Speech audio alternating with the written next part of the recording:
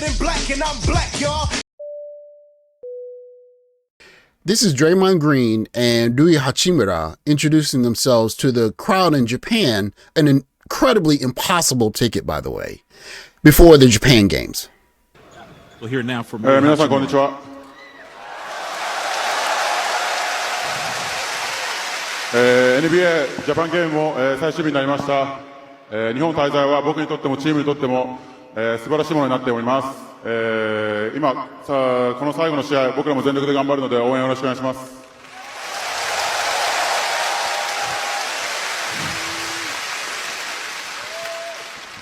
こんにちは。Okay, so they basically introduced themselves. 皆さんこんにちは。 He said hello.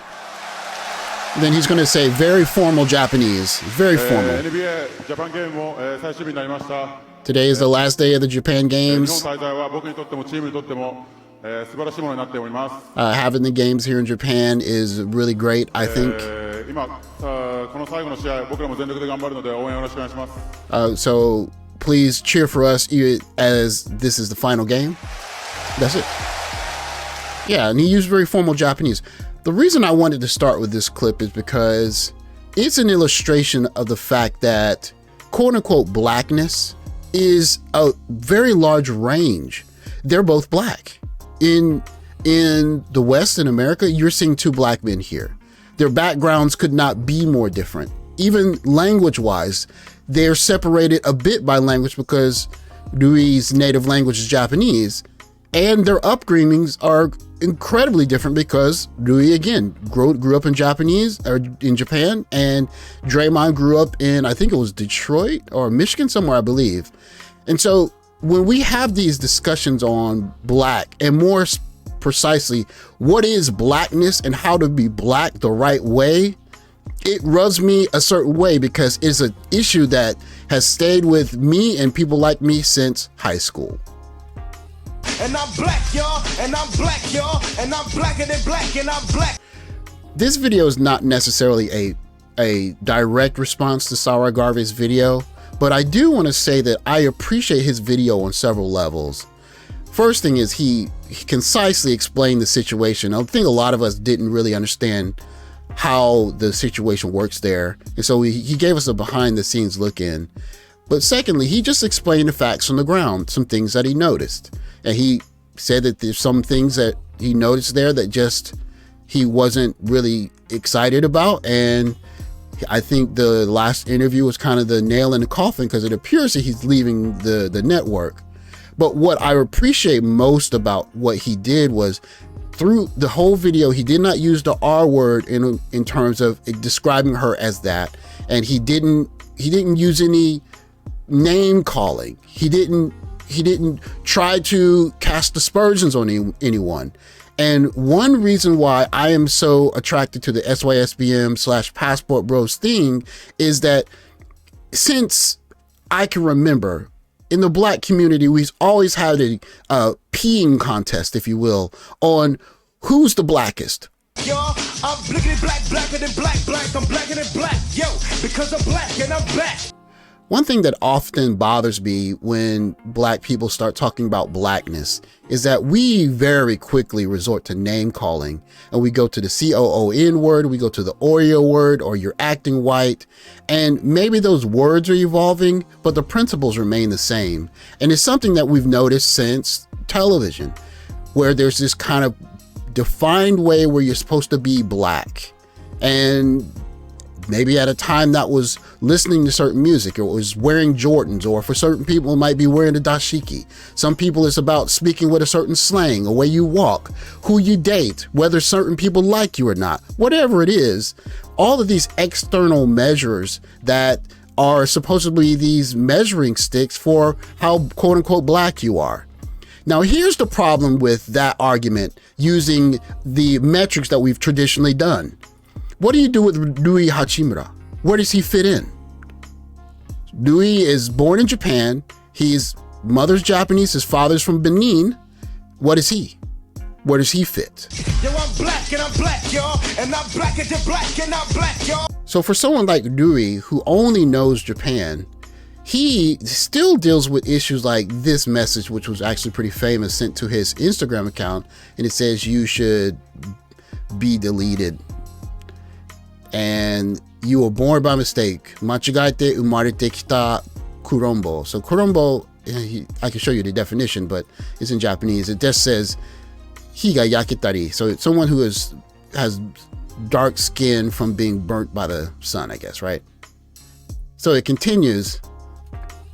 Omae mo omae no ani mo basketo umae dake no tada no kurombo. So you and your brother are only good at basketball. You're just dark-skinned people, right? So that's pretty straightforward. I mean, that's not very good.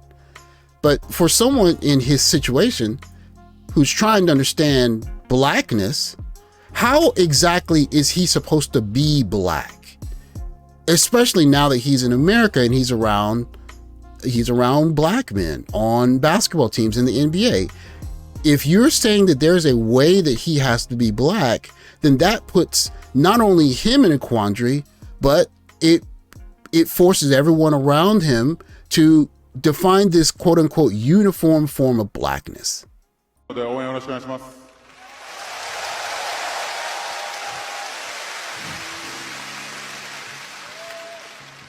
Konnichiwa.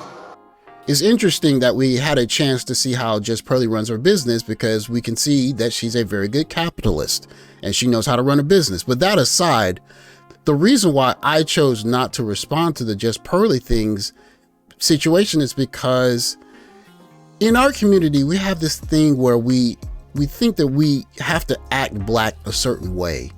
And so if you don't react a certain way, you ain't black. We heard it from the president. You don't vote for me, you ain't black.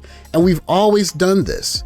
Instead of having a conversation about the things that are on the ground issues, we have always gone to how do you dress, how do you walk, the way that you behave. This is the right way to be black. And so that turns into, if you're not acting black a certain way, then you start throwing the names around. And I'm just not interested in that. It's one of the things that really may be considered just going overseas and just not identifying with the way we're trying to be black, because in a way it's toxic. This always measuring ourselves against this invisible standard of what the correct blackness is. As a Black American specifically, and a member of the greater African diaspora, we have to understand that blackness, if you will, is very dynamic. And we're going to have black people like Rui Hachimura. And if he comes to America and we start saying, no, you're not being black the right way, this is the right way to be black, it's not really fair to blackness, because we don't have a uniform definition of blackness. And so when we go to, oh, you're being black the wrong way because you're not reacting in a quote unquote black way, and then we get the name calling, it tells people like Rui, I maybe shouldn't identify with this group. Maybe I need to find a different group to identify with. I think instead of being judgmental about how to respond and this is the way to do it, we should be more understanding and be able to have the discourse that lends us to just a greater understanding of how multifaceted quote unquote blackness is. If you are a dark-skinned person and you go somewhere and you marry someone who's not black, you're going to have black kids. And they're going to have a separate culture based on where they grow up. And to tell that child that this is the right way to be black, it's not only unfortunate, but it just lends itself to another generation of quite possibly high-performing black kids finding reasons not to identify with black at all. Thanks for watching. Like, subscribe, comment down below, and I'll catch you guys in the next video. Take care, guys.